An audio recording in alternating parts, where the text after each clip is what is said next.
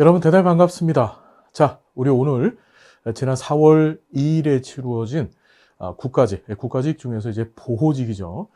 보호직 사회복지학 개론의 문제를 풀어보는 시간 갖겠습니다. 일단 문제를 다 풀고 나서 이제 시험에 대한 총평을 진행을 해 볼게요. 자, 보겠습니다. 1번 봅니다.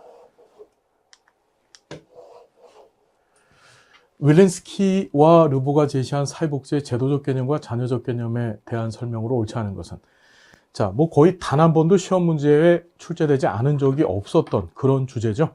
뭐 반드시 출제될 걸 우리는 알고 있었고, 강의 시간에도 항상 누누이 강조를 했었습니다. 자, 우리 쉽게 접근할 수 있는 문제 같은데 한번 내용을 볼까요? 옳지 않은 것. 자녀적 개념으로서의 사회복지는 자선, 사후 치료적 서비스 통해서 문제를 해결하라는 경향이 강하다. 맞죠? 그러니까 자선적 성격 강합니다. 권리적 성격 아니에요. 우리 제도적 개념이었었을 때 사회복지가 권리적 성격을 갖고 있는 것이고, 또 자녀적 개념에서는 사후 치료적 성격 갖고 있습니다. 반면에 제도적 개념은 사전적 예방적 성격을 갖고 있다. 이렇게 공부했었었죠. 자, 제도적 개념으로서 사회복지는 사회제도의 기능을 임시로 보충한다. 우리 사회제도가 있었습니다. 그렇죠. 가족제도가 있었고, 사회화 기능을 담당하는 가족제도가 있었고, 생산, 분배, 소비 기능을 담당하는 이제 시장 경제제도가 있었었고, 자, 정치제도가 사회 통합을 사회 통제를 담당한다 그랬죠. 그리고 종교제도가 사회 통합 기능을 수행한다 했었습니다. 자, 일반적으로 자녀적 개념에서는 사회복지 제도를 별도로 둘 필요가 없다. 없었으면 좋겠다. 없었으면 좋겠고, 기능적으로 봤었을 때 사회복지 제도가 수행해야 된 기능인 상부상조 또는 이제 상호부조 기능이라고 하죠. 그건 기존의 가족 제도부터 시작해서 지금 열거에 들었던 그 제도들이 부분적으로 자신들이 갖고 있는 2차적 기능을 통해서 얼마든지 그걸 해결해낼 수 있다라고 보는 거예요. 그게 지금 이 얘기죠. 그래서 사회복지는 사회제도의 기능을 임시적으로 보충한다. 그런 여타의 4가지 제도가 기능을 제대로 수행하지 못했었을 때 그걸 임시적으로 수행을 해준다라고 보는 게 그게 무슨 개념이에요? 이건 제도적 개념이 아니라 자, 바로 자녀적 개념에 관한 설명을 지금 하고 있는 거죠. 여러분 어떤 얘기인지 이해가 되시나요? 그러니까 이거 틀린 거죠. 2번이 답이네요. 3번, 제도적 개념으로서의 사회복지는 가족과 시장 경제가 제 기능을 수행하는 것이 불가능하기 때문에 자, 사회를 유지하기 위해서 독특하고 필수적인 기능을 수행하는 것. 우리 기존 시험에는 어떻게 출제됐나요?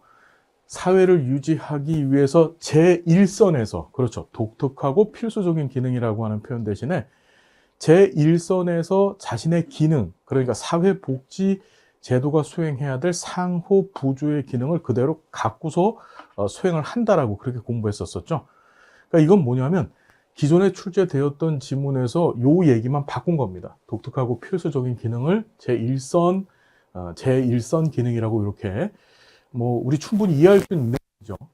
자, 자녀적 개념으로서 사회복지는 사회복지 제도를 사회의 유지 및 발전에 필수적인 제도로 간주하지 않습니다. 맞는 얘기죠. 그래서 임시적이란 얘기죠. 사실은 2번과 4번은 같은 맥락의 이야기입니다. 2번을 이해할 수 있는데 4번을 이해하지 못한다는 건 사실은 말이 안 되는 그런 얘기죠. 정답은 몇 번인가요? 2번입니다. 여러분 이 문제는 다 맞춰 주실 수 있으셔야 됐었습니다. 그러니까 문제 난이도로 따진다면은 절대적으로 하에 해당하는 거죠. 상중하로 구분했었을 때. 자, 2번 문제 보겠습니다. 사회복지 역사. 자, 역사가 출제된다는 것도 우리 잘 알고 있었었는데 예상을 했었었죠. 자, 보면 옳은 거 찾는 건데 엘리자베스 구빈법은 구호 대상자를 노동 능력에 따라서, 그렇죠, 자, 구분했는데 노동 능력이 없는 빈민은 구빈원에 수용했다. 그렇죠. 그래서 노동 능력에 따라서 노동 능력이 있는 자, 그렇죠, 노동 능력이 있는 자는 작업장에 보냈습니다. 근데 작업장에 가지 않으려고 하는 사람은 1년 동안 교정원이라고 하는 일종의 감옥과 같은 수용시설이죠. 거길 보내고 그 다음에 이제 순화가 되어지면 또 작업장을 보냈다 그랬어요. 기억들 나시죠? 그 다음에 노동 능력이 없는 빈민은 어디? 구빈원에 수용을 했고, 그 다음에 앞으로 노동 능력을 갖게 될 요보 아동들이죠. 이 요보 아동들은 남자애들은 도제를 보내고 여자애들은 남의 집 하녀를 보냈다 그랬어요. 다시 정리하자면 이 1601년에 제정되어진 엘리자베스 구빈법의 가장 핵심 되어지는 내용 중에 하나가 바로 뭐냐면 노동력 유무에 따라서 각기 다른 처우를 실시했다는 것이죠. 자, 뭐 당연히 맞는 얘기입니다. 1번이 벌써 맞고요. 2번, 인보관운동은 구의 중복을 피하는 한편 우회 방문 단원을 파견해서 클라이언트한테 적절한 원조를 제공했다. 자, 뭐 잘 아시겠지만 중복과 하나 더 단어를 집어넣는다면 누락이죠. 이 중복과 누락을 조종하기 위한 기구로 등장한 것이 인보관운동이 아니라 자선조직협회죠. 그렇죠? 그리고 자선조직협회에서 활동했던 그 구성원들을 우리는 뭐라고? 우회 방문 단원이라고 얘기하는 거예요. 그러니까 정리하자면 이건 주어만 바뀌면 됩니다. 뭐예요? 자선조직협회는 구의 중복을 피하는 한편 우회 방문 단원을 파견하여 클라이언트, 그렇죠? 적절한 원조를 제공했다. 이렇게 보시는 거고. 자, 비스마르크 3대 보험 중 가장 먼저 제정된 것은 지금까지 시험에 한 10번 출제됐었죠. 이 지문은요. 산재보험이다. 아니다. 우리 질산노 이렇게 기억하시라 그랬습니다. 1883년에 제정되어진 질병보험이 세계 최초의 사회보험, 독일 최초의 사회보험이면서 동시에 세계 최초의 사회보험이죠. 우리 산재보험 같은 경우는 그 이듬해인 1884년에 제정되어집니다. 그러니까 이건 뭐예요? 세계 두 번째 사회보험이 되는 겁니다. 우리나라 같은 경우는 어땠나요? 우리나라는 1963년도 11월 달에 법이 제정되어진 산재보험이 첫 번째 사회보험이라 그랬죠. 그러니까 예를 들어서 이 문제에다가 비스마르크 3대 사회보험 중 가장 먼저 제정된 것이 아니라 우리나라의 5가지 사회보험 중 가장 먼저 제정된 것은 산재보험이다. 이럴 경우에는 맞습니다. 자, 정답은 뭐죠? 질병보험이라고 하는 것이 맞죠. 질병보험 또는 의료보험, 다른 말로 건강보험이라고 해도 된다라고 말씀드렸었어요. 자, 1980년대 이후 신자유주의의 영향. 자, 여기까지 맞네요. 복지제도가 근로연계 복지를 했습니다. 신자유주의 영향으로 근로연계 복지, 그래서 워크페어 또는 웰페어 투 워크라고 하는 개념이 등장했죠. 우리 일반적으로 사회복지를 영어로 얘기할 때는 웰페어라고 얘기합니다. 근데 그 웰페어를 넘어서서 근로를 위한 복지 또는 경제발전에 기여할 수 있는 복지 해서 웰페어 투 워크 또는 지금 말씀드렸던 워크페어 개념이 등장한 거예요. 자, 그런데 여기 공공급여를 중심으로 하는 복지 서비스로 재편했다. 뭐가 틀렸을까요? 두 가지가 바뀌었습니다. 신자유주의가 등장하기 이전에 우리 1970년대 중반까지 뭐라고요? 복지국가 융성기의 시기라 그랬죠. 그 복지국가 융성기 당시에는 복지 제공을 누가 했습니까? 국가가 주도해서 했습니다. 그것이 바로 공공이죠. 공공이 하다가 80년대, 정확히는 이제 70년대 중반 이후, 더 정확히 말씀드리면 이제 1970년대 후반에 이제 마가렛 대처가 영국의 수상으로 등장을 하고 미국의 도널드 레이건이 공화당 당수였던 레이건이 어떻게 대통령이 되어집니다. 그러면서 신자유주의 정책 노선이 확실하게 드러나죠. 그때부터 지금 등장하는 근로연계복지 개념이 등장한 겁니다. 그럼 얘를 맞게 고치면 뭐죠? 80년대 이후 신자유주의 영향으로 복지제도가 공공급여 증식임에서, 즉 공공이 급여를 제공하는 체계에서 뭘로 바뀌었다? 근로연계복지체제로 변환되어졌다. 이게 맞는 겁니다. 자, 전체적으로 봤었을 때 충분히 해결할 수 있는 문제, 기존에 우리 기출문제에서 나왔던 것들을 요목조목하게 어떻게 조합해서 출제를 한 그런 유형의 문제였었습니다. 자, 이것도 충분히 맞춰주실 수 있으셔야 됐고요. 3번 잠깐 보겠습니다. 자, 보면 집단 사회복지 실천 단계를 준비, 초기, 중간, 종결. 그렇죠. 우리 원래대로 한다면 여기 뭐가 하나 빠졌어요? 사정 단계가 하나 들어가야지 정상입니다. 집단 사회복지 실천은 총 5단계로 진행되는 거라고 우리가 공부했었어요. 준비, 초기, 그 다음에 사정, 중간, 종결. 기억나시죠? 그런데 초기 단계에서 행하는 사회복지사 역할로 옳은 것만 고르면 지금 이 문제를 출제하신 그 출제위원회 의향은 뭐냐면 이 준비 단계와 초기 단계의 개념을 명확히 구분할 수 있느냐를 묻고 싶었던 것 같아요. 자, 우리 강의 시간에도 누누이 말씀드렸지만 이 준비 단계는 뭐죠? 준비 단계는 아직까지 집단 성원들이 단 한 번도 회합하지 아니한 시기. 다시 얘기한다면 사회복지사가 집단을 설계하고 준비하는 시기입니다. 말 그대로. 초기 단계에 이르렀을 때 처음 회합이 이루어지는 거죠. 처음 만나게 되는 겁니다. 구성원들 간에. 자, 한번 보면 그 초기 단계, 그러니까 처음 구성원들이 만난 거예요. 집단 성원들이 만났었을 때 행하는 사회복지사 역할을 한번 찾아보는 건데, 자, 집단 구성원의 선발 절차를 규정해 보겠대요. 어떤 사람들을 우리 집단의 구성원으로 뽑을 것인가. 이건 언제 해야 될 거예요? 집단을 계획하는 단계인 준비 단계 때의 과업이 되겠죠. 벌써 기억은 틀린 게 명확합니다. 니은인데, 각 구성원들이 집단에서 성취하고자 하는 개인적인 목표를 설정하도록 돕는다. 자, 되게 중요해요. 이 문제를 낸 사람은요, 뭐냐면 집단 전체의 궁극적인 목표를 수립할 단계는 어디죠? 준비 단계입니다. 준비 단계에서 사회복지사가 집단이 앞으로 어떤 목표를 달성을 해야 될까? 물론 이제 집단 구성원들의 개인적인 치료죠. 치료나 또는 그들의 욕구 충족을 위한 목표를 수립을 해야 되는데, 그렇죠, 여러분. 그런데 자, 중요한 건 뭐냐면 각 구성원들이 집단에서 성취하고자 하는 개인적 목표를 설정하도록 돕는데, 이건 뭐죠? 집단 성원들을 사회복지사가 만났었을 때 그들한테 묻는 겁니다. 너 어떤 목표를 갖고 있니? 네 집단을 통해서 그런 목표 달성하는데 우리 집단이 더 큰 조력을 해줬으면 좋겠다. 그죠? 무슨 말인지 되세요? 그러니까 이건 만남이 이루어진 단계에서 이루어지는 거죠. 지금 이 문제를 낸 출제위원은요, 목표 설정이라고 하는 것은 이건 전부 다 준비 단계 때 하는 거야 라고 우리가 생각할 것을 가상하고 출제를 한 겁니다. 뭔 얘기인지 알겠나요? 그러니까 이 니은은 맞는 거예요. 만나서 하는 거고, 집단 구성원의 저항과 갈등을 적극적으로 다룬다. 이것 때문에 많이 고민들 하셨어요. 자, 보면 집단 구성원들이 만나게 되면 반드시 저항과 갈등이 생깁니다. 즉, 저항 갈등의 시점은 초기 단계 때서부터 저항 갈등이 발생하는 거예요. 초기 단계 때서부터. 만남이 이루어지면 저항이 있습니다. 그렇죠. 대표적인 저항 현상이 뭐라 그랬습니까? 양가 감정이라 그랬죠. 내가 집단 안에 들어왔는데 과연 이 집단이 내 문제를 해결해 줄 수 있을까? 그렇죠. 구성원들 간에도 어떻게 이 초기 단계 때서부터 알력이 생깁니다. 갈등이 발생하는 거예요. 그럼 초기 단계 맞을까? 자, 그런데 이 문제의 핵심은 뭐냐면 적극적이에요. 적극적으로 요 단어 하나 때문에 지금 뭐가 된 건가요?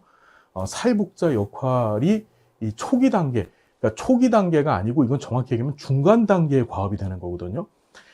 복지사가 적극적으로 저항과 갈등을 다룬다는 얘기는 이 저항과 갈등은 여러분 계속 말씀드리지만 초기 단계, 특히 중간 단계에도 저항과 갈등이 발생을 하는 거예요.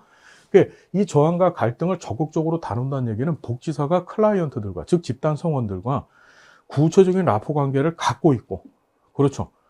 그들과 어떻게 말 그대로 전문적 관계, 사회복지사와 클라이언트 간의 충분한 전문적 라포 관계를 갖고 있었을 때 적극적 개입을 할 수 있는 겁니다. 지금 초기 단계 생판 모르는 사람들끼리 만났었을 때 사회복지사도 아직 집단 성원들을 처음 만난 거예요. 처음 만나서 잘 몰라요, 이 사람들을. 근데 이 사람들에 대해서 적극적으로 저항과 갈등을 다룬다라고 어떤 프로그램을 쓰거나 개입을 하면은 이 사람들이 가만히 있을까요? 그렇지 않죠. 자, 여기서요, 이 적극적으로만 빼면, 즉 구성원의 저항과 갈등을 다룬다라고 하면 초기 단계가 맞습니다. 근데 적극적으로 다룬다라고 했기 때문에 바로 뭐죠? 이 초기가 아닌 중간 단계로 봐야 되는 거예요. 어떤 얘기인지 이해되셨나요? 참 지저분하죠. 공무원 시험 좀 바뀌긴 해야 될 것 같아요. 그냥 말장난 같은 것들. 근데 정확히 알아야만 해결할 수 있는 문제들이죠. 집단규칙 참여자의 역할에 대해서 설명하고 안내한다. 이걸 오리엔테이션이라고 하죠. 우리 초기 단계 때 처음 만나서 이런 오리엔테이션 단계를 거치게 됩니다. 집단의 규범이나 규칙들, 그 다음에 집단 참여자들에 대한 역할, 그렇죠. 그 다음에 구성원들이 무엇을 준수해야 될지, 그게 집단 규칙이죠. 그런 것들을 설명하고 안내하는 오리엔테이션 과정을 거친다. 그러니까 답은 니은하고 리을이 맞는 거죠. 이해가 되셨나요? 자, 여러분, 이 적극적으로라고 하는 이 부사어구 하나만 때문에 지금 이 말 그대로 이 문제는 이게 들어가 줬으면 어떻게 되죠? 기억이 아니라 니은, 디귿, 리을 이렇게 되는 거죠. 이게 지금 4번하고 2번 둘 중에 하나를 여러분들이 선택하실 수 있게 됐는데 적극적이라고 하는 단어 때문에 어떻게 2번으로 보는 게 맞다. 얘는 중간 단계로 봐야 되는 거예요. 알겠죠? 자, 4번 봅니다. 지역복지 관련 변화를 시기가 이른 것부터 바르게 나열한 것은 했습니다. 자, 공공전달 체계의 일종의 개편 시기를 묻는 건데 이것도 우리 수업 시간에 다뤄봤던 얘기들입니다. 전부 다. 전부 다 다뤄봤던 얘기들이에요. 자, 희망복지 지원단. 뭐 맨날 얘기했죠? 예, 전 세계가 멸망한다는 해가 2012년도였었습니다. 그 세계가 멸망하더라도 희망 가지면 살 수 있다 그랬죠? 그래서 얘는 2012년도. 읍면동 복지 허브화 사업은 2016년도라고 또 말씀드렸었고요. 이게 지금 핫 이슈죠. 지역사회 통합돌봄 선도사업, 시범사업입니다. 이게 2019년도서부터 시행이 됐었어요. 자, 행복이음이라고 했는데 왜 행복이음이라고 하는 용어를 썼을까요? 이걸 사회복지통합관리망이라고 하면 금방 풀 것 같아서 행복이음이라고 하는 표현을 쓴 거예요. 이게 사회복지통합관리망 2010년도에 만들어진 이제 전산화되어진 전달 체계에 관한 얘기죠. 그러니까 이게 2010년이고요, 2012년도고요, 2016년도고, 2019년도예요. 그러면 라가 나 다가 되겠죠. 예, 정답은 4번입니다. 여러분 하실 수 있겠나요? 자, 이거 누누이 강조했던 것들이 시험 문제 나왔다. 그런데 사회복지통합관리망은 2010년도에 만들어져서 2013년도에 사회복지 통합 시스템으로 바뀌죠. 그런데 그걸 그렇게 내면 너무나 시험에 지금까지 한 두세 번 나왔었죠. 쉽게 접근할 수 있을 것 같으니까 행복이음이라고 하는 또 이런 용어를 사용해서 출제를 해줬더라. 출제위원도 참 고민이 많은 것 같아요. 자, 보시면 되고요. 그래서 답은 4번입니다. 5번, 지역사회 복지욕구 조사를 위한 자료 수집 방법입니다. 얘도 시험 문제 매달 나왔던, 매번 출제가 되어졌던 주제죠. 그래서 자료 수집 방법에 관한 얘기 우리 잠깐 보면 옳지 않은 거예요. 초점 집단 인터뷰, FGI 기법입니다. 지역사회 문제와 관련된 소규모 사람들, 그렇죠. 한 12명 정도 되는 사람들 모은다 그랬습니다. 한 공간에 자유롭게 의견 제시해서 자기네들이 막 떠드는, 그 12명 되는 사람들이 막 주절주절 떠드는 내용을 어떻게 조사자가 듣고 그 안에서 조사자의 판단에 근거해서 지역사회 주민들의 욕구를 파악하는 방법이라고 공부했었습니다. 초점 집단 인터뷰는 굉장히 중요한 게 자유로운 의사 개진을, 즉 구성원들끼리 자유롭게 여러 가지 자기 얘기를 할 수 있게끔 분위기를 조성해 줘야 된다는 것이 한번 출제된 적이 있었었죠. 명목 집단 기법하고의 가장 큰 차이점이 바로 그것이라고 했었어요.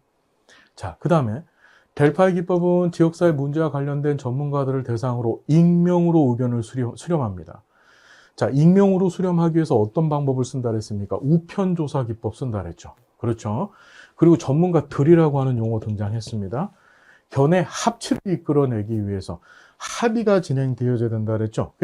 델파이 기법을 설명하기 위해서 가장 중요한 용어는 전문가들, 전문가 한 명 아닙니다. 전문가들. 우편조사 나오면 금방 문제 풀 수 있을 것 같으니까 익명이라고 하는 표현을 또 쓴 거예요. 우편조사는 익명성을 보장하는 데 상당히 유리하다고 말씀드렸었죠.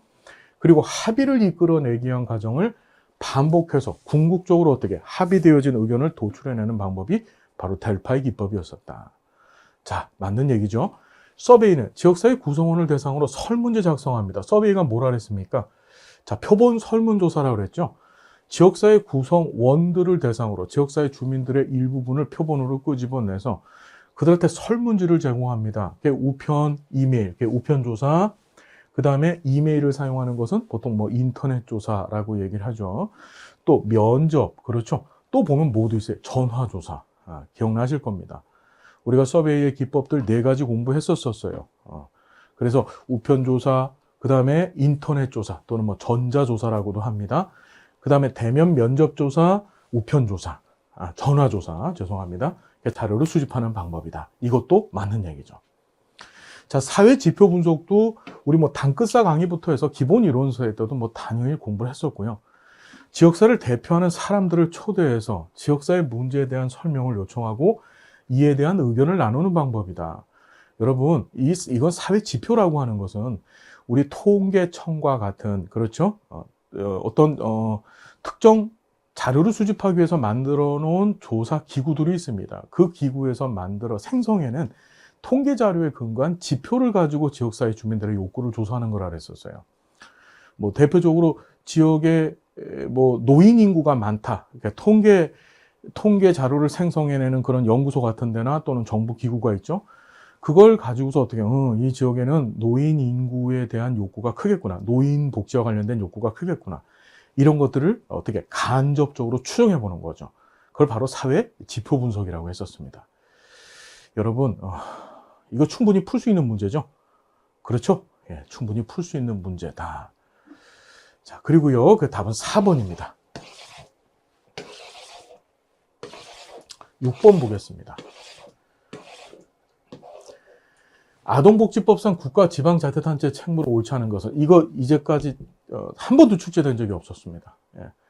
어느 시험에서도, 심지어는 사회복지사 1급 시험에서도 출제된 적이 없었던 그런 문제를 이번에 출제를 했어요. 그러니까 의도가 뭐죠? 제발 좀 틀려줘라 라고 출제를 한 것 같은데, 이게 국가지방자치단체 책무가 아동복지법 제4조에 나와 있는 내용이에요. 4조. 한번 봅시다. 이런 문제가 주어지면은 두려워하지 마십시오. 법이라고 하는 것은 일반적인 국민의 상식적인 수준이나 내용들이 반영되어진 것들이 상당히 많습니다. 그렇게 해서 만들어져야 돼요. 무슨 말인지 되시죠? 우리 강의 시간에도 말씀드렸지만, 우리가 법자를 한자로 쓰면 법을 이렇게 쓰잖아요. 그죠? 이게 물수변에다가 갈 거자예요. 물 흘러가듯이. 그죠? 물이 흘러간다는 것은 이 자연의 이치, 인간 사회가 갖고 있는 그런 이치, 법칙을 벗어나면 안 된다는 의미예요. 그런 것들을 염두에 두시고 이런 문제가 나오면 절대 두려워하거나 고민하거나 힘들어하지 마시고 차근차근 한번 읽어보면서 말 같지도 않은 걸 찾아내면 됩니다. 한번 보자고요. 자, 아동의 안전, 건강 및 복지 증진을 위하여 아동과 그 보호자 및 가정을 지원하기 위한 정책을 수립 시행해야 된다. 당연한 얘기입니다. 그렇죠. 아동의 권리 협약에서 규정한 아동의 권리 및 복지 증진을 위해서 필요한 시책을 수립 시행하고 이에 필요한 교육과 홍보를 해야 된다. 우리나라, 우리 강의 시간에도 말씀드렸지만, 우리나라 아동복지법의 기본적인 근간은 이 아동의 권리에 관한 협약에 근거해서 어떻게 아동복지법이 만들어졌어요. 그래서 아동복지법의 기본적인 대원칙이 뭐예요? 아동이익 최우선의 원칙이라고 말씀드렸었죠. 그것도 어디에 명시되어 있는 겁니까? 이 아동의 권리에 관한 협약에 명시되어져 있는 겁니다. 자, 3번 보면 아동을 가정에서 분리하여 보호할 경우에는, 자, 가정에서 분리할 때가 있습니다. 이런 것들을 우리가 무슨 서비스라고 얘기했습니까? 우리 카두신이라고 하는 사람이 지보대 했었었죠. 이걸 대리적 서비스라고 얘기를 하죠. 가정에서 분리를 해서 제공하는 서비스, 대리적 서비스. 신속히 사회로 복귀할 수 있도록 지원해야 된다. 이게 말이 될까요? 가정에서 분리를 했어요. 분리를 하고 분리되어진 애, 보통은 이제 아동 학대당하고 이런 애들이죠. 얘를 사회에다가 복귀를 시키면 된다. 일단은 말이 복귀라고 하는 말이 등장했습니다. 복귀라고 하는 단어는 뭐예요? 돌아간다는 뜻이죠. 네. 그렇죠. 그러면 가정에서 분리해서 보호했다가 복귀를 시키면 다시 어디로 가야 돼요? 가정으로 가는 거죠. 무슨 얘기인지 되시나요? 그러니까 아동을 가정에서 분리하여 보호할 경우에는 신속히 사회로 복귀할 수 있도록 지원해야 된다가 아니라 가정으로 복귀할 수 있도록 지원해야 된다. 이게 맞는 겁니다. 자, 이해가 되셨죠? 자, 아동의 보호자가 아동을 행복하고 안전하게 양육하기 위해서 필요한 교육을 지원해야 된다. 상식적 얘기입니다. 저 앞에서 말씀드렸듯이 이 아동 권리 협약 가운데 나와 있는 그 교육권과 관련된, 아동의 교육권과 관련되어진 내용이 이 국가지방자치단체 책무에 담겨져 있는 거예요. 답은 3번입니다. 여러분 무슨 말인지 알겠죠? 대한민국의 어떤 수험생도 제가 자신 있게 말씀드리는데 이 조문을 완벽하게 공부해서 가신 분 단 한 명도 없습니다. 그렇죠? 없습니다. 제가 누누이 말씀드렸죠. 우리 해커스에서 제 강의를 들으시고 함께 해주시는 우리 선생님들보다 더 잘 많이 공부하신 분들 없습니다. 제가 확신을 가지고 말씀드릴 수 있습니다. 자, 됐고요. 자, 7번 봅니다. 제3의 길. 오랜만에 출제됐어요. 제3의 길. 이 지향하는 사회투자국가의 특징으로 옳은 것만을 모두 보는 것은, 자, 제3의 길이 지향하는 국가 유형이 사회투자국가. 예, 맞아요. 자, 여기 봤더니 기회평등보다는 결과의 평등을 중시한다. 이건 시험에 여러 차례 나왔던 지문이죠. 예, 사회투자국가는 기회평등을 추구합니다. 결과의 평등, 즉 사회적 자원을 국민들한테 직접적으로 제공하는 것보다 그 자원을 획득할 수 있는 능력을 갖게 만드는 데 더 초점을 둔다 그랬죠. 기회, 비례 평등을 더 추구한다. 이게 맞는 겁니다. 그러니까 기업은 틀린 거고요. 인적 자본에 대한 투자와 교육을 강조한다. 예, 맞죠? 그래서 인적 자본에 대한 투자, 직업 교육. 여기 지금 교육을 강조한다라고 얘기했는데 인적 자본에 대한 투자를 위해서 교육이라고 하는 방법을 쓰는 거예요. 이해가 됐나요? 자, 여하튼 맞는 거고요. 경제정책과 사회정책의 통합성을 강조합니다. 맞습니다. 그런데 사회정책을 경제정책보다 우선한다. 그렇지 않죠. 무엇인가 두 정책 중에 어떤 것을 우선하는 개념이 아니고요. 두 정책의 조화로운 통합. 그렇죠. 그걸 우리가 제3의 길이라고 얘기합니다. 일반적으로 제1의 길이 바로 뭐죠? 사회정책, 기존의 삼인주의 복지국가 시절에 해왔던 그 사회복지 정책을 얘기하는 거고, 제2의 길이 이제 신자유주의 노선을 걸어왔던 시장 중심의 이 경제정책을 얘기하는 거죠. 이 둘의 조화로운 통합을 강조하는 거지, 특별히 사회정책을 경제정책보다 우선하거나 중요시하는 것은 아니더라. 이것도 틀린 거예요. 시민은 노동을 통해 스스로 자신을 부양할 것을 강조한다. 일종의 기회평등을 적용한 결과물로 볼 수 있는 거죠. 그렇죠. 스스로 내가 내 삶을 영위하는데, 즉 나 자신에 대한 책임을, 개인 삶에 대한 책임을 개인이 지라는 거예요. 자, 그래서 답은 몇 번이 되나요? 니은하고 리을이 답입니다. 답은 2번이 되는 거죠. 자, 얘도 어렵지 않게 접근할 수 있었던 그런 문제였고요. 자, 8번 봅니다. 가족 문제를 바라보는 이론에 대한 설명으로 옳지 않은 것은, 이런 거 공부한 적 없습니다. 없나요? 예, 있습니다. 자, 가족 문제도 사회 문제의 한 종류입니다. 그렇죠. 우리가 사회 문제를 바라보는 시각들을 거시적 관점, 미시적 관점으로 공부를 했었어요. 기억나나요? 자, 보시면, 자, 구조 기능주의 이론이라고 하는 것은 이건 대표적인 거시적 관점에서 사회 문제, 이걸 가족 문제에도 적용할 수 있는 거예요. 바라보는 시각이라고 했었습니다. 자, 보면 가족을 개인과 사회를 중재하는 적응력 있는 단위로 본다. 이게 되게 재밌는 건데, 구조 기능주의에서는 왜 사회 문제가 발생을 한다고 했나요? 하나의 사회 체계가 그 사회 전체에 적응을 하지 못해서 발생을 한다 그랬습니다. 이해됐나요? 적응을 하지 못해서. 그러니까 사회를 구성하고 있는 여러 가지 하위 체계들이 있는데 그 하위 체계가 적응하지 못했었을 때 삐걱하는 겁니다. 우리 톱니바퀴에 이빨이 빠진다는 얘기 우리 구조기능주의 하면서 계속 말씀을 드렸었죠. 그러니까 가족은 이 구조기능주의적 관점에서 보면 이 가족은 그 가족 구성원의 이 가족 구성원이 이 개인으로 하여금 사회에 적응하도록 만드는 수단이고 도구가 되는 거예요. 가족에서 부모가 제공하는 교육이나 또는 사회화 과정 있죠? 이런 것들을 통해서 이 사람이 적응적 존재가 되어지면, 사회에 적응할 수 있는 존재가 되어지면, 그럼 뭐가 되는 거죠? 일탈 문제가 발생하지 않는 거예요. 그걸 구조 기능주의적 관점에서 보는 가족에 대한 이해라고 했었어요. 그러니까 가족의 문제나 사회 문제나 다 같습니다. 우리 전부 공부했었던 얘기들이에요. 그래서 개인과 사회를 중재하는 적응력 있는 단위로 본다. 주로 개인과 사회를 중재하거나 또는 개인을 사회에 적응시키는 단위, 이렇게 보는 게 맞습니다. 구조기능주의 이론에서는. 자, 그 다음에 갈등이론. 갈등이론은 가족 내 이해관계, 자원의 불평등 초점을 둔다. 이건 계속 공부했던 거죠. 갈등이론에서 사회 문제가 발생하는 가장 큰 관점은 불평등이라 그랬습니다. 이 갈등이론이 반영되어진 대표적인 이념으로서 우리가 페미니즘 공부했었잖아요. 기억나세요? 가부장제 기억하실 겁니다. 가부장제라고 하는 것이 남편한테 권력이 몰려 있는 거예요. 아내한테는 권력이 없고요. 의사결정 권한이 없다는 얘기죠. 그러다 보니까 여성이 남성한테 어떻게 종속되어진다는 개념이거든요. 가족 내에서. 그럼 페미니즘도 뭐다? 갈등 이론 또는 갈등주의적 시각하에서 만들어진 개념이에요. 그러니까 갈등하면 항상 뭐가 생각나야 돼요? 불평등. 그렇죠. 이게 생각나줘야 되죠. 자, 상호작용 이론. 우리 상징적 상호작용 이론 얘기합니다. 우리 상징적 상호작용 이론 공부하면서도 계속 얘기했던 게 어떤 얘기였었죠, 여러분? 상징적 상호작용 이론에서는 뭘 얘기했냐면은 문제를 문제로 보니까 문제가 된다 그랬습니다. 문제를 문제로 보지 아니하면 문제가 되지 않는다 그랬죠. 전적으로 그건 뭐죠? 가족에 대한 해석 또는 가치 판단을 가족 문제의 원인으로 본다. 되게 재밌는 게 뭐 가족 구성, 우리가 어떤 특정 가족을 놓고 이 가족은 역기능적이야라고 얘기하는데 상징적 상호작용 이론에서는 그걸 인정하지 않습니다. 우리가 저 가족을 역기능적이라고 보니까 역기능적이 되는 거예요. 역기능적이라고 안 보고 저럴 수도 있지. 저걸 비정상으로 보지 마라 라고 하면 그 가족은 기능적 또는 비정상적이지 아니하는 저 정상적 가족이 되는 거예요. 우리 공부했던 얘기들이죠. 전부 다 상징적 상호작용 이론. 자, 사회구성주의론 우리 잘 아실 건데 사회구성주의론도 공부했었습니다. 얘가 바로 뭐죠? 주관성.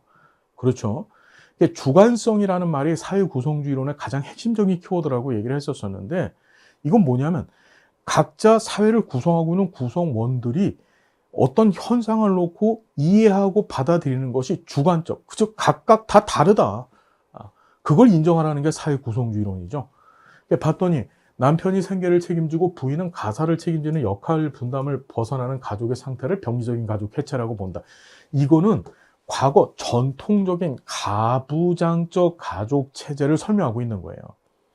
사회구성주의 이론적 시각에서 보면은 가족 구성원 중에 남편이 생각하는 가족에 대한 생각, 아내에 대한 생각이 있을 거고, 그 다음에 아내가 생각하는 남편에 대한 생각, 그 다음에 가족 전체에 대한 생각이 있을 겁니다.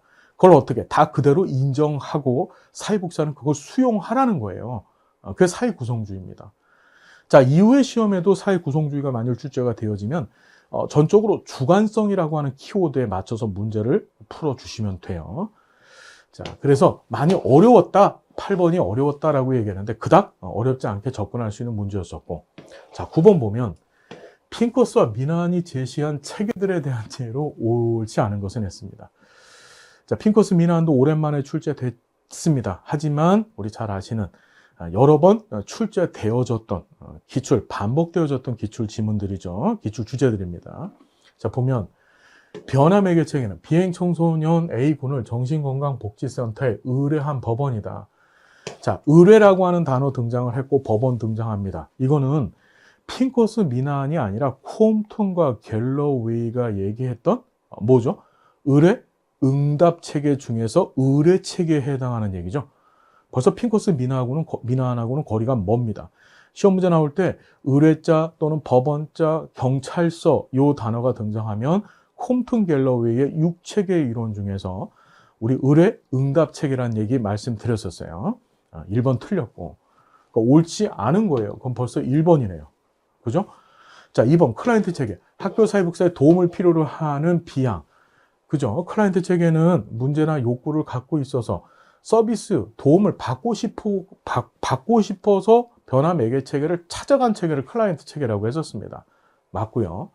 표적 체계는 A군의 문제 해결을 위해서 변화되어야 될 아버지라고 했습니다. 맞죠? 실제 문제를 가지고 있어서 변화의 대상, 개입의 대상이 되어지는 체계가 바로 표적 체계고, 행동 체계는 비양의 문제 해결에 격려와 지지를 줄 수 있는 단짝 친구들. 그렇죠? 변화 매개 체계의 명을 받아서 실제로 표적 체계에 개입을 하게 되는 체계들을 우리는 행동 체계라고 얘기를 했었죠. 자, 무슨 말인지 알겠나요? 얼마든지 풀 수 있는 문제. 그래서 어렵지 않게 1번이 답이고요. 10번 보면 해결 중심 모델에 대한 질문 기법인데 기존 시험에서는 이렇게 다이렉트로 질문 기법을 대놓고 물은 적이 없었습니다. 이번 처음이었었어요. 그런데 제가 수업 시간에 반드시 출제될 것이다 라고 말씀을 드렸었죠. 진짜로 출제가 됐습니다.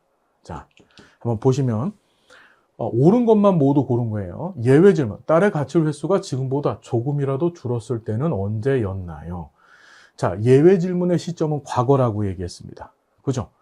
너 지금 항상 문제를 잔뜩 갖고 있다고 얘기하는데 문제가 없었을 때도 있지 않았니? 그걸 상기시켜 보게 만드는 것이 예외 질문이라 그랬죠.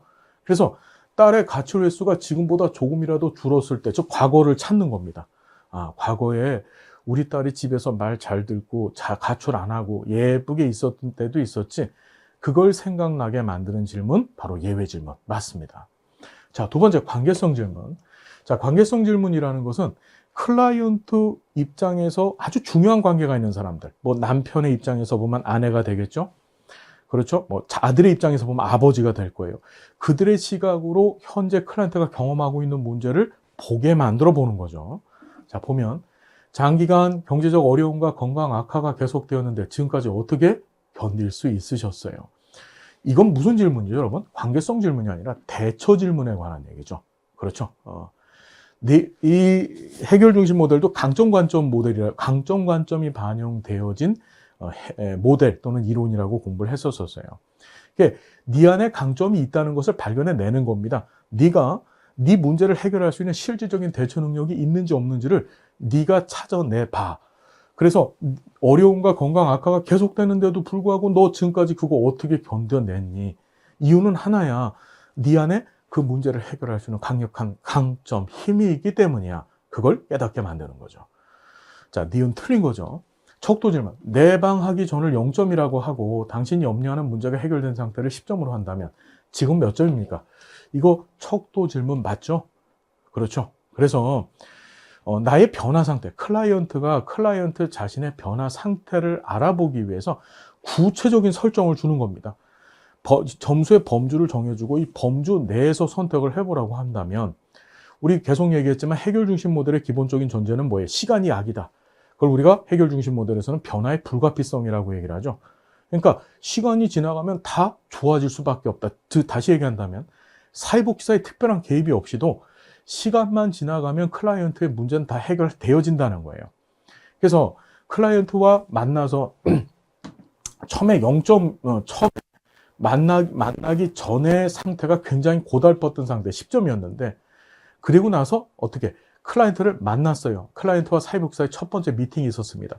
그 시간, 만나기 위한 그 시간 사이에 저절로 변화가 이루어졌다는 것을 점수로 확인하겠다는 거죠.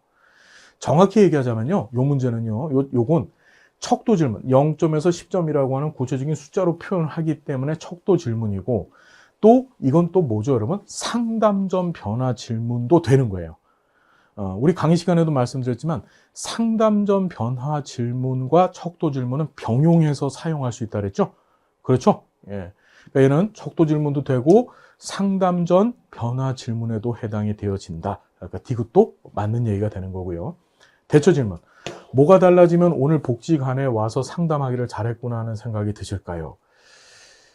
뭐 이걸 정 따진다면 뭐 기적 질문쯤에 가까울 수 있는데 정확히 기적 질문이라고 볼 수도 없습니다. 그러니까 이건 해당되지 않는다라고 보는 거죠. 답은 기억하고 디귿만 답입니다. 자, 11번 봅니다. 베버리지 보고서가 등장합니다. 우리 1942년 만들어진 이 베버리지 보고서에 대한 얘기, 이것도 참 오랜만에 시험 문제가 출제됐어요. 전제 조건이 등장합니다. 중요한 거, 베버리지 보고서의 3대 전제 조건이 제가 시험 문제 나올 겁니다 얘기를 계속 드렸었어요. 기억들 나실 겁니다. 그게 출제가 됐습니다. 예, 출제가 됐죠. 완전 고용해야 되고, 가족수당, 그 다음에 포괄적 의료 보건 서비스. 답은 1, 2, 4번은 맞는 거죠. 보편주의 원칙하에 비정액 기여제와 최저 수준의 선별급여제. 여러분 보시면 보편주의 원칙하에 비정액 기여 최저 수준 선별급여, 이거 전혀 말이 안 되는 얘기죠. 답은 3번입니다. 3대 전제 조건. 단 한 번도 출제된 적은 없었었는데 이번 시험에 출제됐습니다. 예, 출제될 것이라고 누누이 말씀을 드렸었죠. 예, 그래서 답은 몇 번이다? 전제 조건 아닌 건 3번입니다. 자, 12번 보면 사회복지 실천을 위한 면접에서 폐쇄 질문보다 개방 질문이 더 적절한 경우는 했습니다. 개방형 질문이 더 적절한 경우를 찾는 거예요. 우리 일단은 폐쇄형 질문과 개방형 질문이 뭔지는 알고 있습니다. 폐쇄형 질문이라는 것은 응답자 입장에서 응답 범주가 정해져 있는 질문이라고 했습니다. 당신 결혼했습니까? 그럼 뭐죠? 예, 아니요. 둘 중에 하나로밖에 대답할 수 없겠죠? 그걸 무슨 질문? 폐쇄형 질문이라고 했죠. 반면에 개방형 질문은 응답자 입장에서 응답의 범주가 정해져 있지 않은 거예요. 그러니까 자유롭게 자기 얘기를 막 할 수 있는 것이 무슨 질문? 개방형 질문이죠. 어떤 얘기인지 이해가 되셨죠, 여러분? 그럼 여기를 보시면, 자, 개방형 질문이 더 적절한 경우인데, 제한된 시간 동안 사실이나 자세한 정보를 파악하고자 할 때, 이때 개방형 질문을 쓰면 어떤 일이 벌어질까요, 여러분? 생각해 보세요. 개방형 질문은 기본적인 전제가 질문을 하고 또 질문의 응답을 받는데 소요되는 시간이 폐쇄형 질문보다 길을까요? 짧을까요? 예, 당연히 엄청나게 길어질 수밖에 없습니다. 자기 얘기 주절주절 해야 되잖아요. 무슨 얘기인지 이해되시나요? 그래서 제한된 시간 안에, 즉 시간이 정해져 있고 그 안에, 그 제한된 시간 안에서 정보를 파악할 때는 어떻다. 이 개방형 질문을 사용하면 안 돼요. 이땐 폐쇄형 질문 쓰는 겁니다. 이 문제를 가만 보면 사실이나 자세한 정보를 파악할 때는 무슨 질문을 써야 돼요? 개방형 질문 써야 됩니다. 그렇죠? 당신 결혼했어요? 예? 아니요. 그럼 폐쇄형 질문이죠. 그럼 우린 그걸 통해서 알아낼 수 있는 정보는 뭐예요? 예? 아니요. 결혼했다? 안 했다?라고 하는 결혼에 대한 가부 여부만 확인하는 거잖아요. 그런데 조사자가 당신 결혼 몇 년도에 했어요? 그렇죠. 어떤 여성이랑 했어요? 이런 자세한 정보를 파악하기 위해서는 개방형 질문으로 가야 되는 거예요.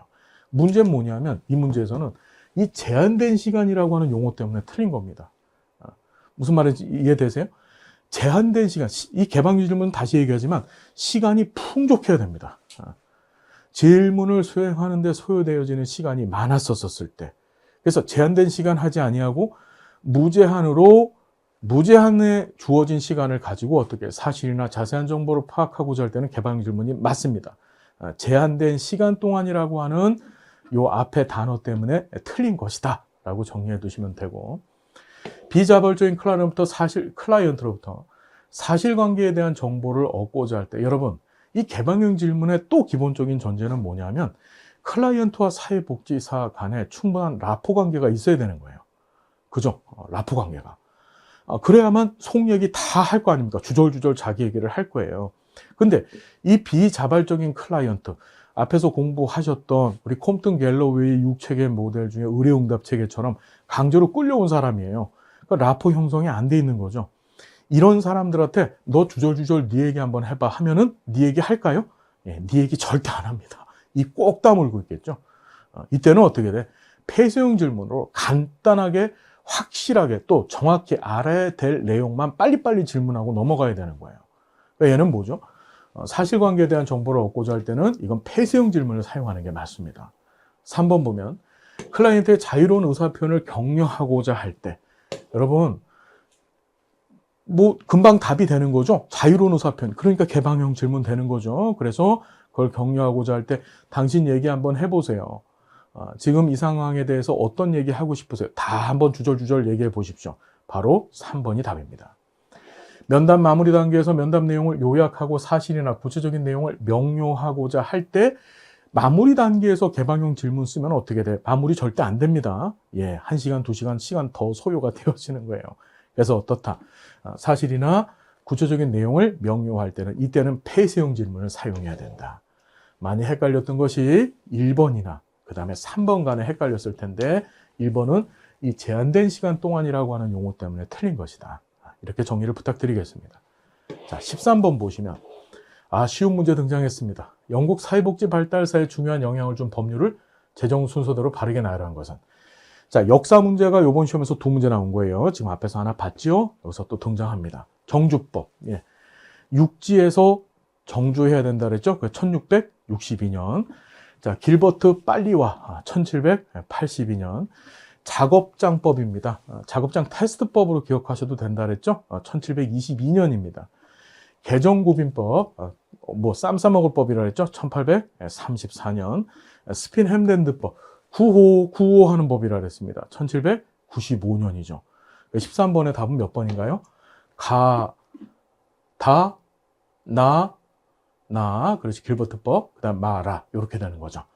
여러분, 연도 가급적이면 외워주시라고 말씀을 드렸었습니다. 기억하시는 거 우리 암기법 다 공부했었죠. 그걸로 정리를 좀 부탁드리고요. 아주 쉽게 풀 수 있었던 문제. 자, 14번도 그닥 어렵지 않은 문제였는데, 자 볼게요. 사회복지 프로그램 평가에 대한 설명을 옳지 않은 것 했습니다. 총괄평가는 사회복지 프로그램 존속 여부와 성공 여부를 결정하는 평가 방식이다. 우리 총괄평가라고 하는 것은 일단 프로그램, 즉 개입을 진행한 맨 마지막 단계에서 수행하는 평가라고 얘기했었습니다. 총괄평가에서는 효과성과 효율성 두 가지를 다 같이 평가한다고 했었죠. 그렇죠. 그 효과성과 효율성이 좋지 못하다라고 한다면 다음 프로그램 더 이상 연장하거나 연계하지 않을 거야.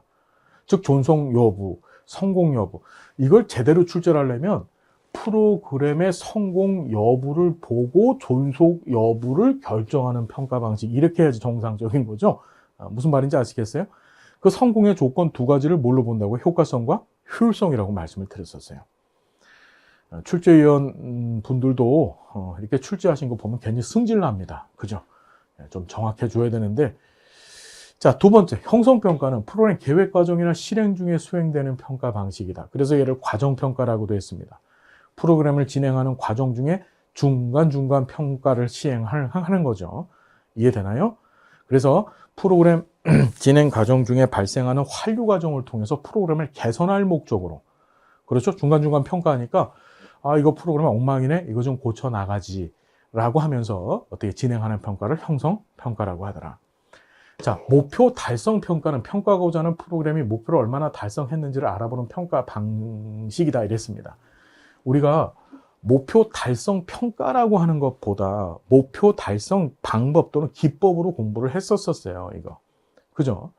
여하튼지 간에 얘는 말 그대로 프로그램이 그 목표를 얼마만큼 달성했는지, 다시 정리하자면 이 목표 달성 평가도 효과성을 평가하는 거예요. 목표 달성 정도. 이해가 됐나요? 얘도 분명히 우리 교재 안에서 다뤄봤던 얘기입니다. 강의 시간에. 자, 비용 효과 분석. 이건 시험에 나온다고 여러 번 말씀을 드렸었죠. 우리가 비용 효과 분석과 비용 편익 분석이 있었어요. 이게 비용 효과 분석이라고 하는 것은 효과성을 평가하는 거였고, 비용 편익 분석이라고 하는 것은 효율성을 평가하는 거라 그랬습니다. 자, 여기 내용을 봤더니 프로그램에 들어가는 비용뿐만 아니라 프로그램의 성과도 화폐적 가치로 환산하는 평가 방식이다 이랬습니다. 여러분, 이 내용을 가만히 보시면 프로그램의 성과에 집중을 하게 되면 효과성 분석이 맞아요. 그렇죠. 그런데 비용에 초점을 두고 그걸 화폐적 가치로 환산을 해내려고 하면 그건 뭐라고? 비용 편익 분석으로 보는 겁니다. 우리가 계속 얘기 드렸죠.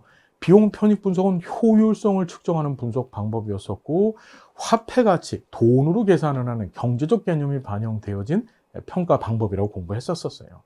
그래서 비용 효과 분석하고 비용 편익 분석 두 가지 구분하시되, 비용 효과 분석은 효과성, 즉 목표 달성 정도를 파악하기 위해서 수행하는 평가 방법이고, 비용 편익 분석은 효율성, 즉 경제적 가치를 화폐 단위로 또는 화폐적 가치로 환산하는 평가 방식이다 라고 정리를 부탁드리겠습니다. 자, 4번이 틀렸습니다. 그죠? 15번 보면 재밌는 문제 나왔습니다. 정신건강사회복지사에 대한 설명으로 옳은 것은 이렇게 등장을 했어요. 이건 법에 나와 있는 얘기도 아니고, 즉 정신건강증진법에 나와 있는 것도 아니고요. 그러니까 정신건강사회복지에 관련되어져서 우리가 교과서적 내용을, 어느 책인지는 제가 이 자리에서 말씀을 못 드리겠는데 그걸 출제를 한 거예요. 그런데 얘도 가만히 읽어보면 충분히 상식적으로 문제를 해결해 볼 수 있습니다. 자, 봤더니 정신건강사회복지사란 정신건강 증진을 통해 삶의 질을 향상할 뿐만 아니라 정신적으로 건강한 지역사회를 위한 제반 서비스를 제공하는 것이다. 정신건강사회복지에 대한 개념적 정의예요.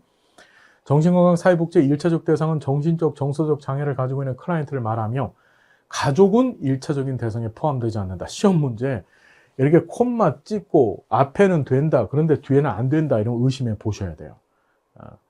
자, 우리가 정신건강사회복지에서 1차적 대상을 누구로 보냐면 정신, 정서적 장애를 갖고 있는 클라이언트를 포함한 그들의 가족을 다 1차적 대상으로 보는 겁니다. 가족을. 그 정신질환을 갖고 계신, 그렇죠? 그런 분들과 같이 사는 가족들이 얼마나 힘들겠습니까? 그러니까 그분들도 1차적 대상 안에 포함이 되어지는 것이다. 항상 의심의 눈초리를 갖고서 보셔야 됩니다. 이런 형태의 문장을 갖고 있으면요. 자, 3번. 정신건강사회복지에서의 클라이언트는 서비스를 받는 대상인과 동시에 서비스를 행하는 주체로 볼 수 있다. 그렇죠? 왜냐하면 정신건강사회복지에서도 기본적인 관점으로 뭘 봅니까? 이 정신질환을 갖고 계신 이 클라이언트의 강점을 보려고 합니다. 그래서 클라이언트는 서비스를 받는 대상인과 동시에 자기결정 권한을 갖고 있는 서비스의 주체라고도 보는 거예요. 무슨 말인지 알겠죠? 정신건강사회복지의 개입 방법은 개별 수준의 사회복지 실천뿐만 아니라 집단, 가족, 지역사회 개입 등 통합적인 사회복지 실천 방법을 적용하여 개입해야 된다. 굉장히 상식적인 얘기죠. 그렇죠. 이건 정신건강 사회복지뿐만 아니라 우리 일반적인 사회복지 실천의 모든 대상들에 대한 개입이 이런 형태를 띠게 되는 거예요. 자, 어렵지 않았다. 자, 보시면 되고요. 자, 16번입니다. 가족 대상 사회복지 실천. 이번 시험 문제의 가장 중요한 특징이 사회복지 실천 기술에서 압도적으로 시험 문제를 많이 냈다는 겁니다. 실천과 실천 기술에서. 그렇죠. 한번 보자고요. 가족 대상 사회복지 실천에 관한 설명으로 옳은 것만을 모두 고른 것 했어요. 자, 봤더니 개인의 문제를 해결하기 위해서 가족 단위의 개입이 시행될 수 있다. 자, 이게 뭐죠, 여러분? 이게 바로 순환적 원인론. 우리가 가족을 대상으로 한 개입 기법 중에서 체계 이론에 근거한 순환적 원인론을 설명하고 있는 거죠.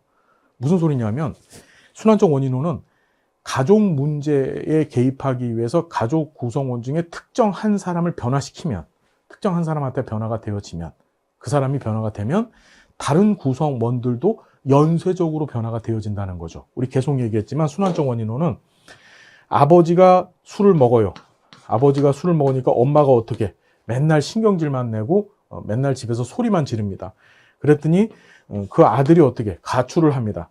오빠 가출한 모습을 보고 딸도 어떻게 같이 가출을 해버려요. 그렇죠. 그러니까 아버지가 어떻게 그 모습을 보고 술을 더 퍼먹습니다. 그 아버지의 술 더 퍼먹는 모습을 보고 엄마가 어떻게 더 승질을 냅니다.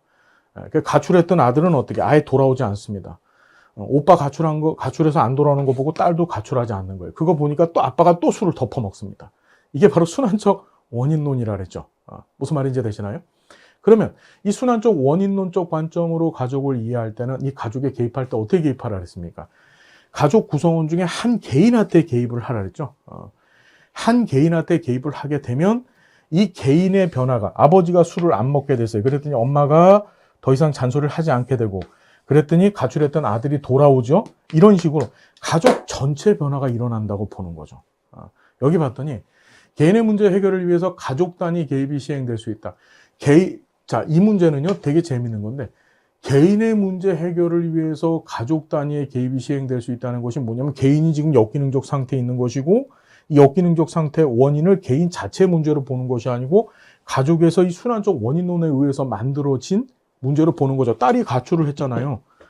딸이 가출을 한 것이 딸 자체의 문제라고 보는 게 아니죠. 가족 전체의 이 순환적 원인론에 근거한 문제가 그 딸의 문제를 발생했다고 보는 거죠. 그러니 가족에 개입을 해야 되는 거예요. 됐나요? 또 이건 어떻게?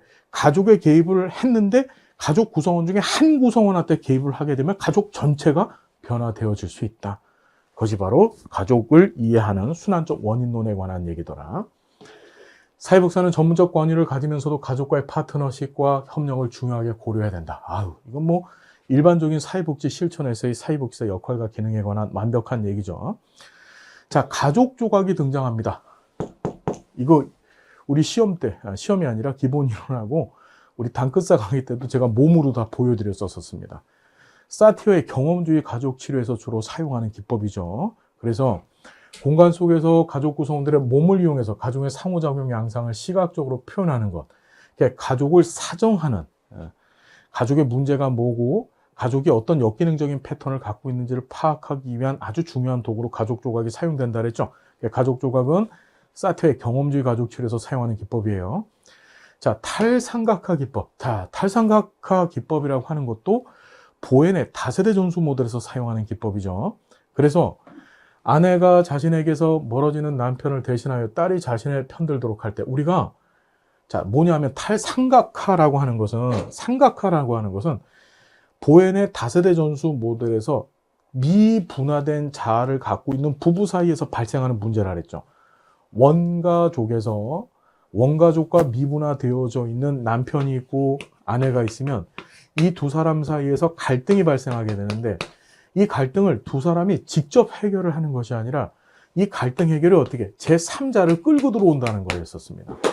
그걸 삼각관계라 그랬죠. 삼각관계. 그래서 멀어지는 남편을 대신해서 딸이 지금 삼각관계에 끌려 들어온 거예요. 그러니까 딸을 끌어들이지 않고 당사자들끼리 갈등을 해결하게 하는 거죠. 그걸 탈삼각화라고 하는 겁니다. 보엔의 다세대 전수 모델에서 사용하는 기법이죠. 딸이 부모의 갈등에서 자유로울 수 있게 하는 기법이고, 그래서 이 탈삼각화를 위해서 제일 많이 사용하는 기법 중에 하나가 나 입장 취하기. 그렇죠. 그걸 사용한다 그랬습니다. 두 사람 사이의 갈등을 해결하기 위해서는 나는 너를 어떻게 생각해? 우리가 처해 있는 문제에 대해서 난 이렇게 생각해를 자기 입장대로 얘기하게 하는 겁니다. 얘를 끌어들이지 말고. 자, 보이네? 다세대 전수 모델에서 사용하는 기법. 정답은 다 맞네요. 4번이고요. 자, 17번도 볼게요. 사회복지시설 및 기관에 대한 평가제도. 평가제도 우리 요거 시험에 나온다고 제가 굉장히 많이 강조했던 것 같아요.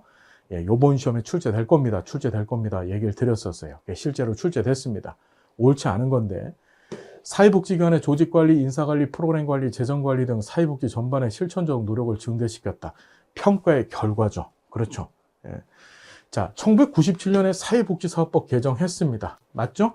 98년에 사회보장정보원이 평가 실시했다.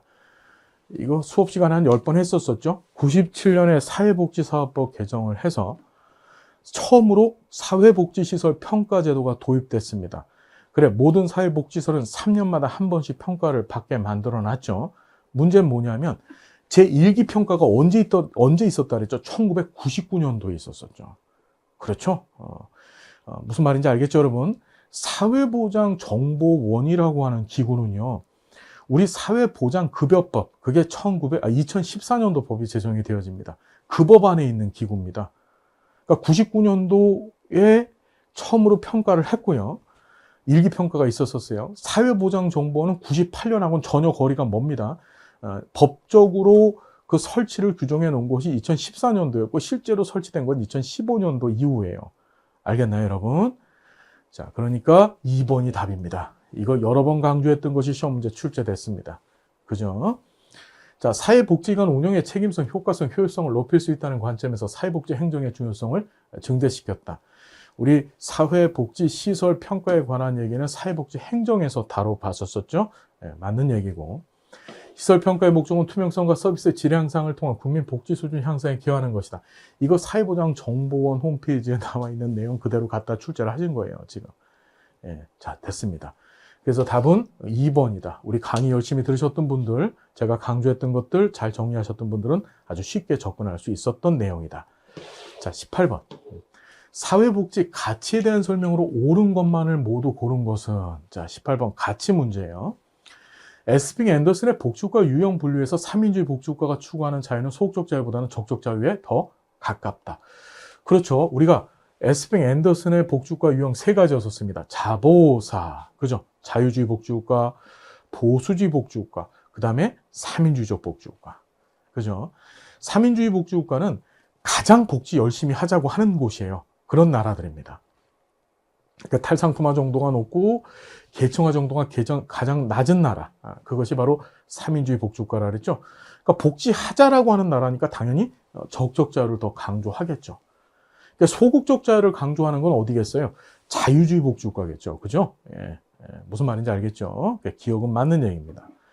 자, 롤스 얘기도 오랜만에 등장했죠. 오랜만에 나왔는데 이것도 시험에 나올 거라고 누누이 말씀드렸었어요.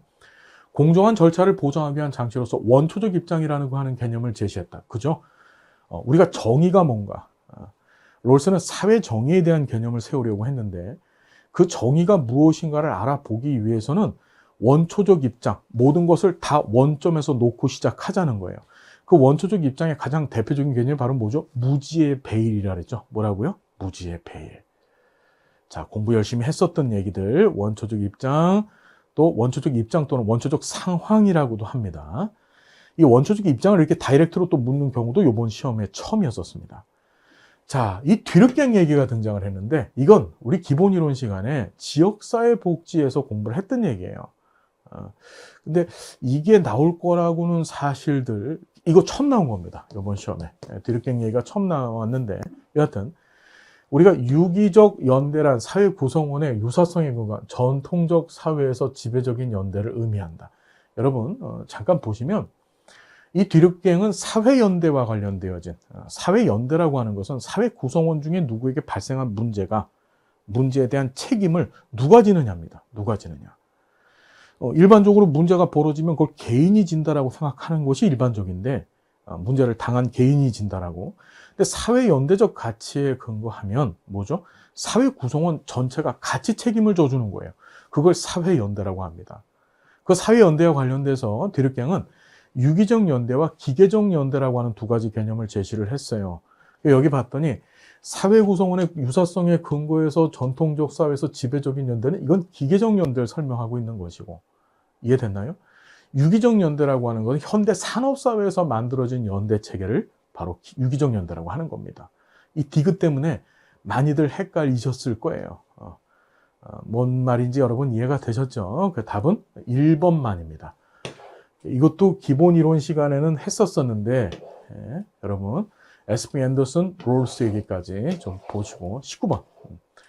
사회복지 실천에 있어서 기록에 대한 설명으로 옳지 않은 것은 처음 나온 거죠. 기록과 관련되어진 얘기들 처음 나왔지만 우린 수업 시간에 이걸 다뤄봤었습니다. 자, 봤더니 옳지 않은 거예요. 기록 개입한 사례 첫 단계부터 종교율 단계까지 제공한 서비스의 내용과 과정, 목표 달성 여부와 성과 등을 남겨 문서화해야 된다. 그렇죠. 실천 기록의 정의 또는 실천 기록의 목적에 관한 얘기죠. 자, 기록은 사회복지사의 활동을 점검하고 교육하는 슈퍼비전에 유용한 도구다. 이게 대표적인 기록이 뭐죠? 바로 과정 기록이라고 하는 거죠. 슈퍼비전 도구 또는 교육 도구로 사용되어지는 것, 바로 과정 기록에 관한 설명하고 있는 거고요. 기록은 사회복지사의 관점에서 작성되며 클라이언트가 공유되지 않는다. 자, 기록을 하는 것이 사회복지사인 건 맞습니다. 하지만 여기에 사회복지사의 관점이 적용이 되어지면 문제가 있겠죠. 주관적이 돼버린다는 겁니다. 기록은 최대한 객관적인 시각에서 작성이 되어져야 되고, 그러니까 관점을 배제는 할 수 없지만 배제하려고 노력해야 되는 거예요. 사회복지사의 관점에서 작성된다고 얘기하면 문제가 있는 겁니다. 클라이언트와 공유되지 않는다는 것이 아니라 클라이언트에게 주어진 그 개입의 변화 상태를 알아보기 위해서 어떻게 클라이언트와 공유되어질 수도 있습니다. 무슨 얘기인지 되시죠? 클라이언트와 공유되지 않는 부분들도 있지만 공유되는 부분들도 있더라. 3번이 틀린 겁니다. 얘도 어렵지 않게 우리가 충분히 접근해 볼 수 있는 거죠. 기록은 사례관리, 의뢰 및 전문직 간 협조체계를 활성화하는 도구로 활용되어진다. 특히 이런 전문직 간의 협조체계 도구를 위해서 만들어진 대표적인 기록 유형이 뭐라 그랬죠? 문제중심 기록이라고 하는 것도 공부했었죠. SOAP 기록. 자, 충분히 우리가 공부했던 얘기들, 수업 시간에 들었던 얘기를 갖고서 얼마든지 접근할 수 있었던 그런 문제들이었었다. 답은 3번이네요. 20번 봅니다. 자, 사회복지 조사에 대한 설명으로 옳지 않은 것 했습니다. 자, 단순 무작위 표집에 비해 층화 표집은 표집 오류를 줄일 가능성이 크다. 그렇죠. 표집 오차를 줄이는 데 있어서 제일 유리한 표집이 바로 이 층화라 그랬죠. 층화. 그 다음에 개통, 단순 무작위. 그 다음에 확률 표집 중에서 이 표집 오류 가능성, 표집 오차 또는 표집 오류라고 합니다. 얘가 발생할 가능성이 가장 큰 것이 집락 표집입니다. 다시 정리합니다. 층화 표집이 표집 오차를 가장 줄일 수 있고, 집락 표집이 표집 오차가 가장 크게 발생합니다. 이것도 기본 이론 시간에 우리가 공부했던 얘기예요. 동질성 원리에 입각해서 이것 때문에 많이 고민하셨을 것 같은데, 신뢰도를 평가하는 방법은 상호 관찰자 기법이다. 우리 상호 관찰자라는 게 조사자 간 신뢰도 기법을 얘기하는 건데, 우리 신뢰도를 측정하기 위한 방법이 뭐가 있었었죠, 여러분? 검사, 재검사법, 복수, 양식법, 그 다음에 내적 일관성법 가운데에 반분법과 크롬바 알파 계수법이 있었잖아요. 그죠? 그 다음에 조사자 간 신뢰도 기법이 있었습니다. 그것이 이제 상호 관찰자 기법이라고 보시면 돼요. 문제는 동질성이라고 하는 게 등장합니다. 우리 동질성이라고 하는 거, 동질성 원리라고 하는 얘기가 등장하는데, 이건 제가 수업 시간에 대놓고 얘기는 드리지 않았었어요. 그런데 한번 정리를 해보면은, 우리가 동질성이 있고, 그 다음에 동일성이 있습니다. 신뢰도 평가와 관련되어져서.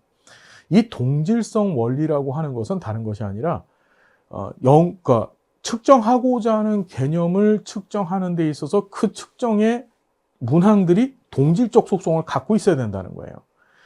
이 동질성 원리에 입각해서 신뢰도를 평가하는 방법은 반분법 하나밖에 없습니다. 반분법만 정리를 하시면 돼요. 무슨 말인지 알겠나요? 그러니까 이게 다시 나오진 않을 겁니다. 이렇게 거지 같은 문제가 나오진 않을 텐데, 일단은 동질성 원리라고 하는 개념에 대한 개념만 먼저 하나 세우시고, 이 동질성 원리가 반영되어진 조사 기법이 바로 무엇이다? 반분법이다. 외적 타당도는 서술된 인과관계가 그 연구의 조건을 넘어서서 일반화 정도를 외적 타당도라고 얘기했다. 이 인과관계 정도를 우리가 내적 타당도라고 얘기를 했었죠. 정리됐고요. 3번은 맞는 겁니다. 2번 틀렸네요. 그죠? 독립변수의 조작은 가능하지만 대상을 무작위로 할 수는 없고, 독립적 관찰을 여러 번 할 수 있으면 유사실험 설계를 적용할 수 있다. 우리 유사실험 설계 종류에 뭐가 있었었나요? 첫 번째가 단순 시계열 설계가 있었었고, 두 번째가 복수 시계열 설계가 있었었죠. 세 번째가 비동일 통제 집단 설계, 이렇게 세 가지를 공부했었습니다. 자, 봤더니 세 가지 다 독립변수 조작 가능해요. 그리고 대상을 무작위 할 수는 없습니다. 세 가지 다. 우리 유사실험 설계는 기본적으로 단순 무작위 할당을 하지 않는다 그랬잖아요. 그리고 독립적 관찰을 여러 번 할 수 있습니다. 독립적 관찰을 여러 번 한다는 것은 시계열 설계하고, 단순 시계열 설계하고 복수 시계열 설계를 얘기하는 거죠. 다시 정리하자면 이 4번은 유사실험 설계 내에서도 단순 시계열 설계와 복수 시계열 설계만을 얘기하고 있는 거예요. 이해가 되셨습니까, 여러분? 답은 몇 번이다? 2번이다. 네. 자, 이렇게 해서 우리가 문제 풀어봤습니다. 우리 합격하신 귀한 선생님들께서 이제 뭐 댓글도 올려주시고 저한테 개인적으로 문자도 옵니다. 예, 공부 열심히 해주시고 열정적으로 하신 결과로 뭐 다 90점 맞으신 분도 계시고 또 하나 틀리신 분도 계시고 이렇다고 연락들이 오고 있어요. 얼마나 감사한지 모르겠습니다. 뭐 제가 잘해서 아닙니다. 확실히 말씀드리는데 여러분들의 노력의 결과고 여러분들의 열정의 결과입니다. 여러분들 열심히 공부해 주시고 최선을 다해 주신 그 결과로 이런 성과들이 있는 것이고요. 혹이나 실수들이 많아서 점수가 좋지 못하신 선생님들께서도 너무 의기소침하지 마시고 더 열심히 꿈을 포기하지 아니하시면 그럼 반드시 좋은 결과는 있습니다. 포기만 하지 마십시오. 최선만 다해 주시면 됩니다. 여러분, 우리 오늘 이 시험 문제를 다 풀어봤지만 뭐 간단히 말씀드리면 시험 문제는 전반적으로 어려웠습니다. 어려웠어요. 우리가 어렵다라고 하는 것은 제가 누누이 말씀드리죠. 우리 강의의 목표 점수는 기본 90점, 80점에서 90점을 목표로 두고 있는데 그 점수를 달성하는 게 그닥 만만치가 않았던 시험이었었습니다. 물론 뚜껑은 열어봐야 됩니다. 나중에 총 결과는 알아봐야 되지만 그래서 시험 점수가 혹시 좋지 않으셨더라도 너무 낙심하지 마십시오. 낙심하지 마시고 그 결과를 기다려 보시자고요. 관련해서 이제 문항의 난도죠. 난도 분석이나 기존 기출문제와의 분석, 그 다음에 이후 시험 대비 경향과 관련되어진 총평은 총정리를 해서 우리 홈페이지에 곧 게시를 진행하겠습니다. 여러분들 열심히 공부해 주셔서 소중한 합격의 꿈을 꼭 이루어 주십시오. 함께해서 고맙습니다. 다음 시간도 행복한 모습으로 여러분 만나 뵙겠습니다. 감사합니다.